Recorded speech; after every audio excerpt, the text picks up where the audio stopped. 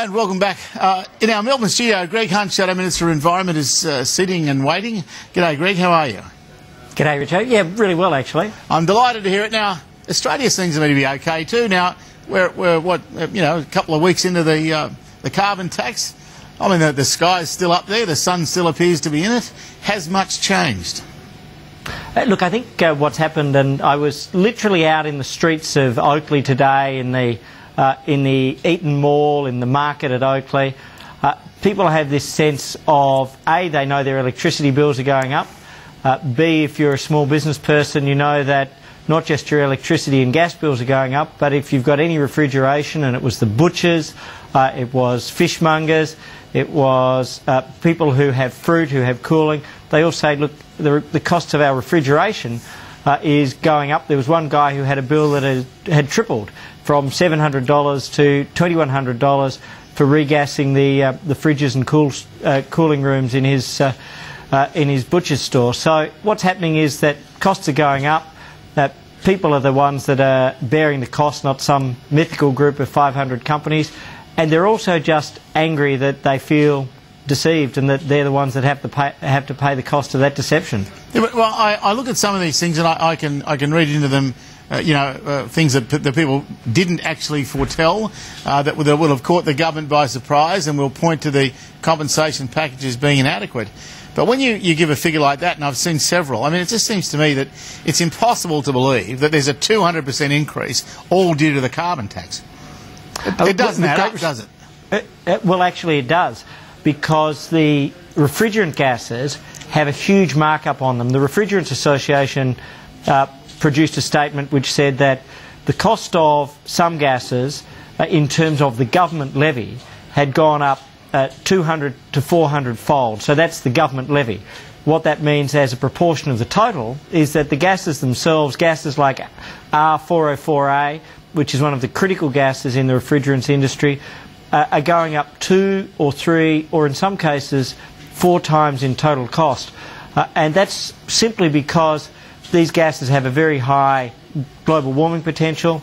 The government has then put this massive levy on them, and to double or triple the cost of a key product in some sectors causes chaos.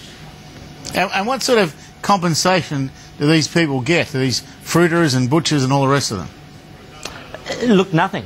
For small business, there is a grants program which is a little bit like applying for the lottery.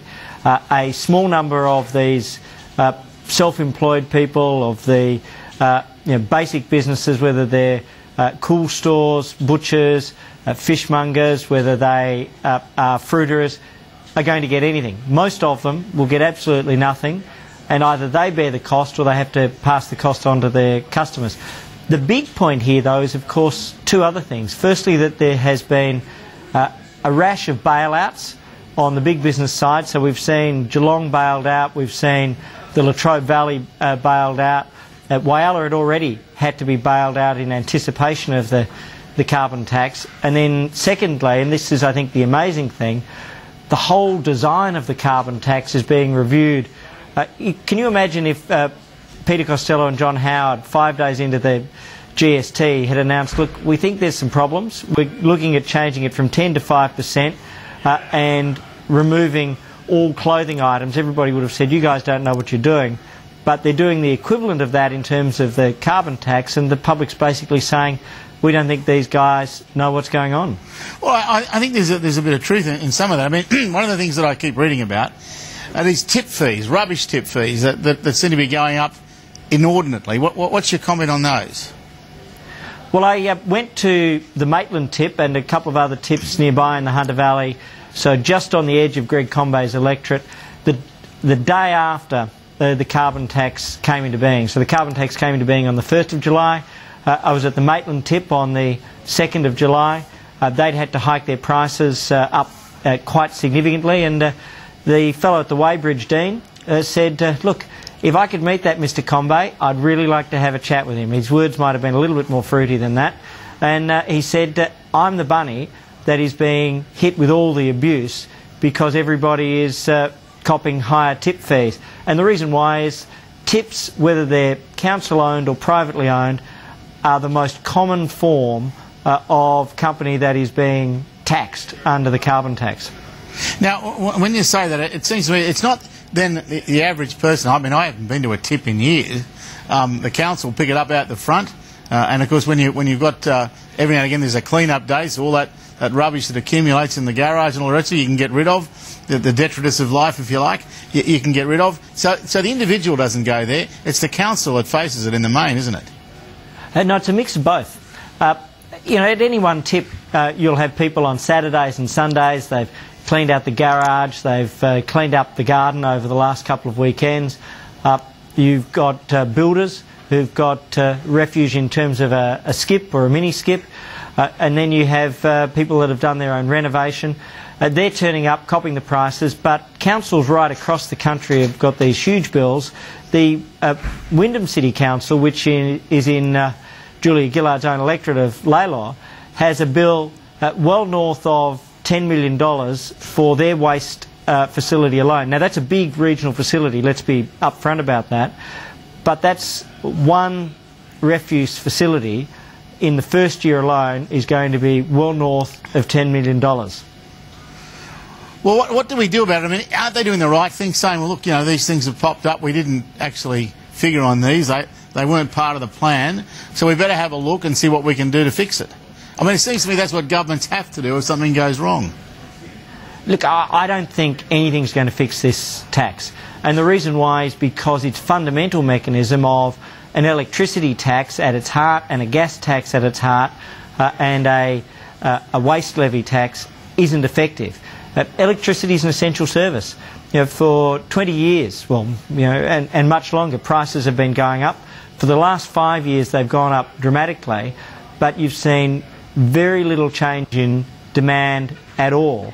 And what that means is that if electricity prices have gone up and now they're being hiked up even more, it's just the wrong mechanism. Essential service, people don't stop using the refrigerator or heating and cooling in particular, or the oven, and what occurs is they're out of pocket, the small businesses get squeezed, and where there is an impact on manufacturing, that manufacturing simply migrates to China or India or Indonesia, and the world is no better off. Yeah, but when I look at things like electricity pricing, there's been an attempt, I think, by your side of politics, I haven't heard you do it so much, but to try and infer that the carbon tax is the reason the prices are going up. Now, you and I both know it's been those infrastructure costs over the last 3 to 4 years in particular that have sent bills up, well, almost 20% a year without a carbon tax. Nothing to do with one.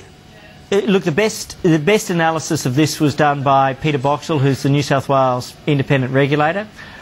What he said for the coming year is that there'll be 18% price rises in New South Wales. 9% of that will be the carbon tax. And so you do take significant rises over previous years.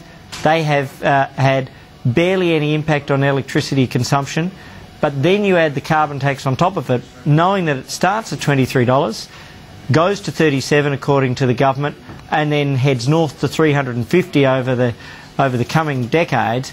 And you think that's an awful lot of pain, but it's not likely to produce much in the way of benefit for the country. And on top of that, you end up having to spend $3.5 billion in addition on foreign carbon credits by 2020 each year, and that rises to, believe it or not, $57 billion, or 1.5% of GDP by 2050, and that's completely unsustainable, and anybody that looks at it knows it's simply going to collapse. None of that will happen, and there are two reasons. A, if Rudd gets up, I have no doubt he'll do something about it, because I don't think Labor can go to an election with this sort of policy in the bag. $23 when the world price is like 6 or 7 or something, it doesn't work.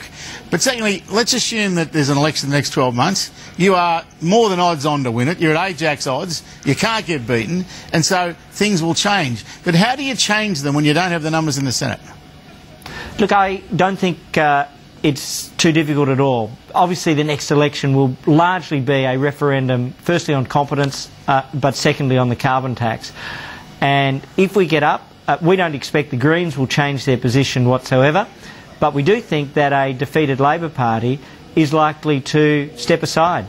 I think the mandate would be so clear and so overwhelming that they'll look at the result and they'll step aside, and if they don't, we have said clearly, categorically, absolutely, we will go to a double dissolution at the earliest possible time, and I think they know we will. And so we'll start on day one. We think we'll get rid of it within 6 months. If they stand in the way, we'll go to a double dissolution. And I think the very fact that we are not just willing but completely committed to that second action is likely to ensure that they step aside. Okay, let's say that's been done. Then you're a believer in climate change, and you do have a policy that is going to cost some billions of dollars, do you not? Yeah, look, our policy is $300 million in the first year, $500 million in the second year, and $750 million in the third. And most significantly, it's capped. So the government can make wild claims, and that's fine. They're entitled to do that. That's how they operate.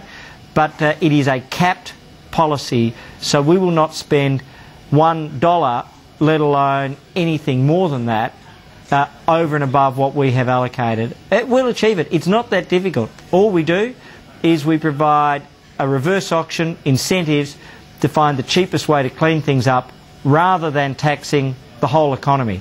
If you're not taxing electricity and you're just focusing on doing practical things such as cleaning up waste coal mine gas or waste landfill gas or capturing carbon in soil or trees or energy efficiency or cleaning up power stations, you can actually just get on, do the job and achieve the reductions. Oh, God, I hope it's that easy. I can't believe that it is what happens. Look, I'm sorry, I have run out of time, and so we'll have to leave it there, Greg Hunter. I want to thank you very much for coming in. I will be very, very interested in the course of the next couple of years to watch how you do it and if you do it. It'll be a hell of a ride, but good luck to you. We'll see you soon. We'll do it. That's Greg Hunt in our Melbourne studio. We'll be back in just a moment with Admiral Chris Barry.